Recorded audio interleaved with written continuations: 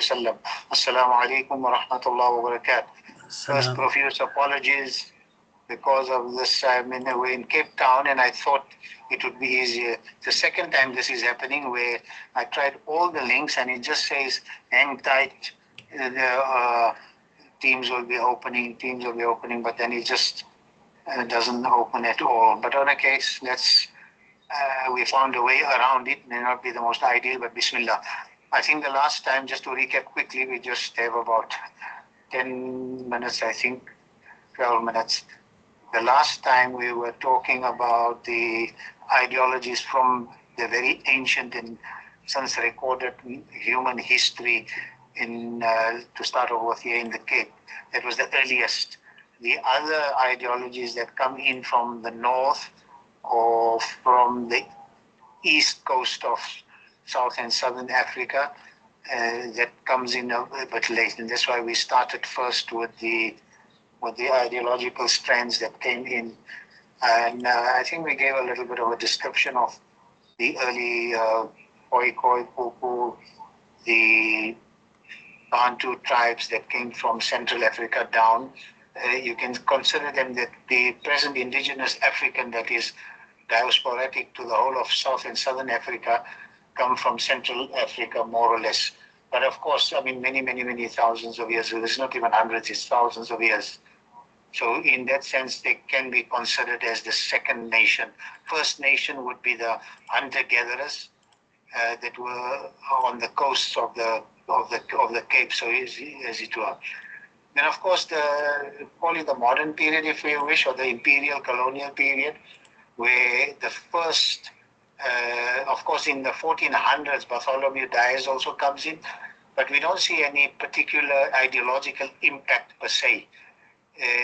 This happens later where there's communities and where ideas and culture is brought across the seas in the holds and in the ships through the passengers and imperial people who brought their intentions to this part of the world, which was mostly economic. Dutch East India Company is for as a brilliant example. Total intention, although they used the ideology of Christianity, but in fact it was just to bring capitalism to a raw Africa where the natural resources, human resources, they could exploit, which of course happened right through from the 1650s. And in my opinion, of course, it's still happening today. If you see the monopoly over capital, the monopoly over land, the monopoly over means of production.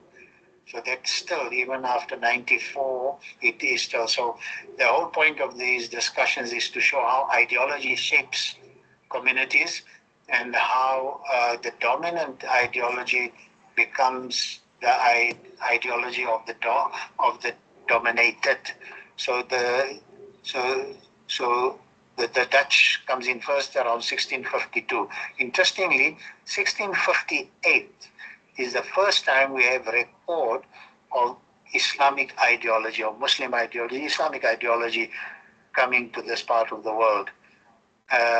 Those people were called Mardijkers, a Dutch word, because they imported, just as in 1860, the Indian indentured laborers for the sugarcane fields in Natal, erstwhile Natal, KwaZulu-Natal now, cheap labor, indentured meaning that you were bound by contract to the farm owner for X amount of years, and you were given, of course, it was absolutely slave wages and slave conditions. Many people died on the ships.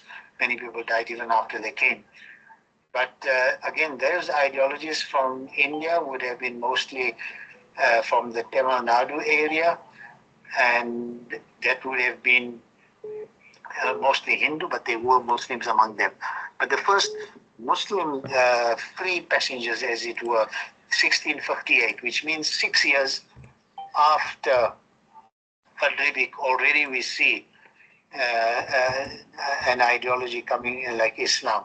Not in a dawah form per se, where somebody like the Christian missionaries before that, of course, the Dutch East India Company and Van Riebeeck, they brought in, Dutch Calvinism to this part of the world. So that's another ideology.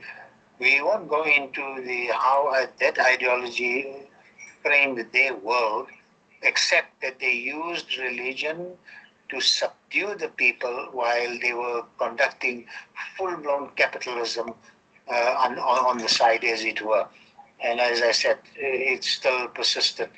350 years later, we still see that the land, majority of land is still in hands of the whites. The modes of production, your multinational corporations, your food companies.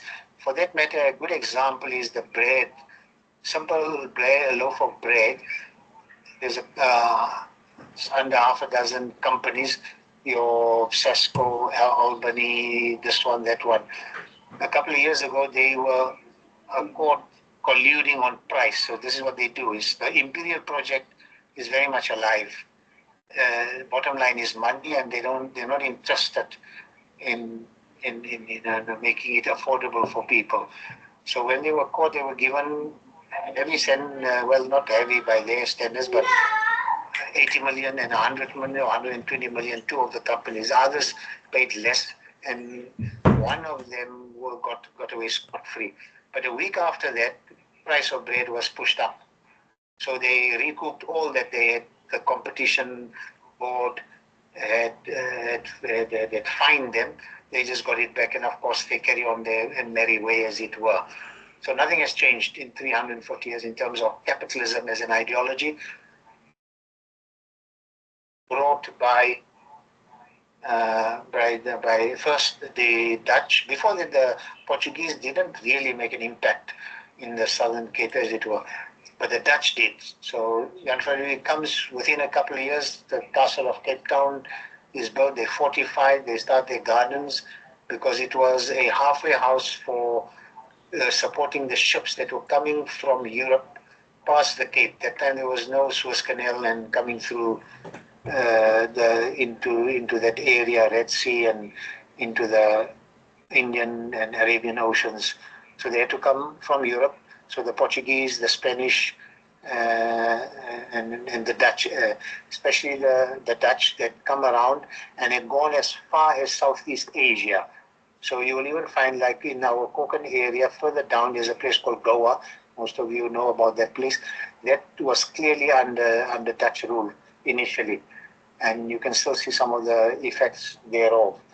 So, and then they even moved further to Southeast Asia, the present day Malaysia and Indonesia, and from there too we see the emerging of contending ideologies. So 1658, the first Muslims came, and that's the significant point. But we don't see any, clearly a Muslim, wherever he goes, he'll make his salah, he'll give his adhan, he'll do that. But as an organized religion at that time, there's not much archaeology or recorded history.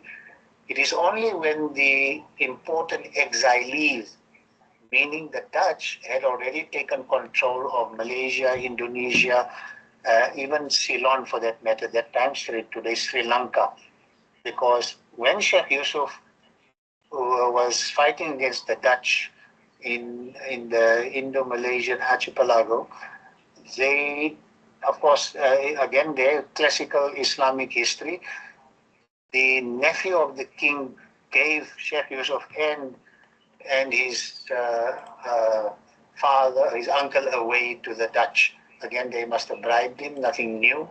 We see the same patterns happening in the disinformation in the world today, where the Jewish media have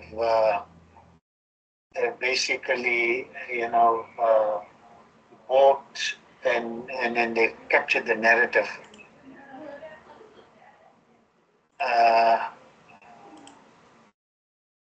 So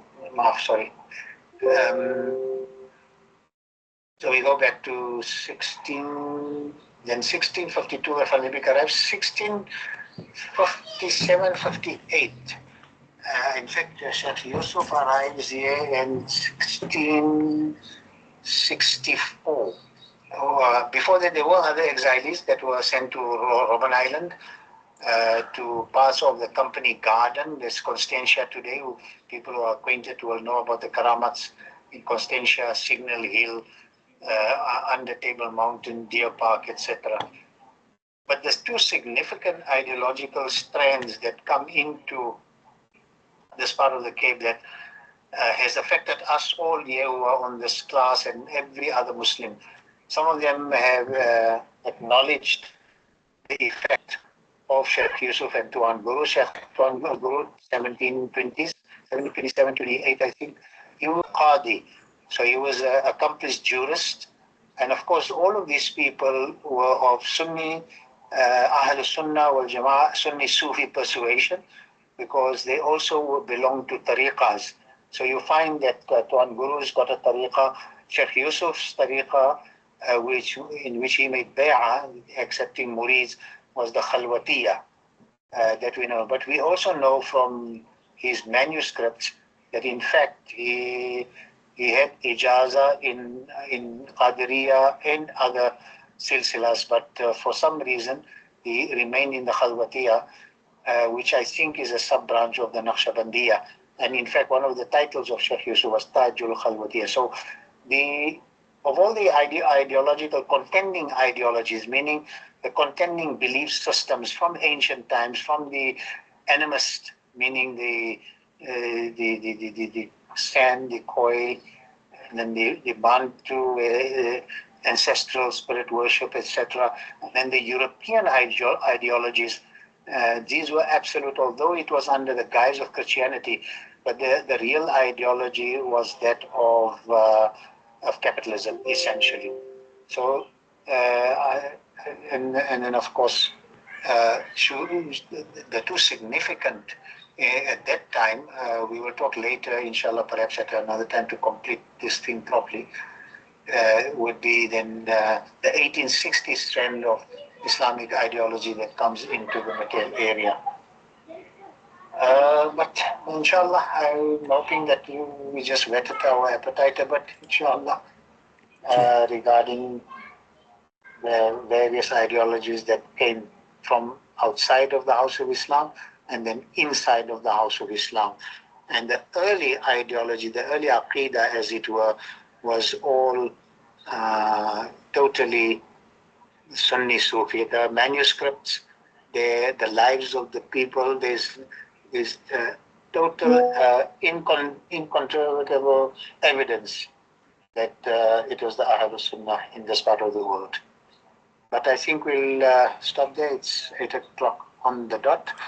Again, 1,000 apologies for the technical things that we had, but we'll try to be more cogent and try to explain it a bit better next time, inshallah. Shukran. Wassalamu alaikum wa rahmatullah wa barakatuh. Wa alaikum salam wa rahmatullahi wa barakatuh. And Jazakallah again to Maulana. And once again to the participants for your patience and understanding. And inshallah, there's always a way to get some knowledge back out to the communities and to our families. So here technology is again showing how important role it's playing in our lives. So shukran one more time, and assalamu alaikum wa rahmatullahi wa barakatuh till next week.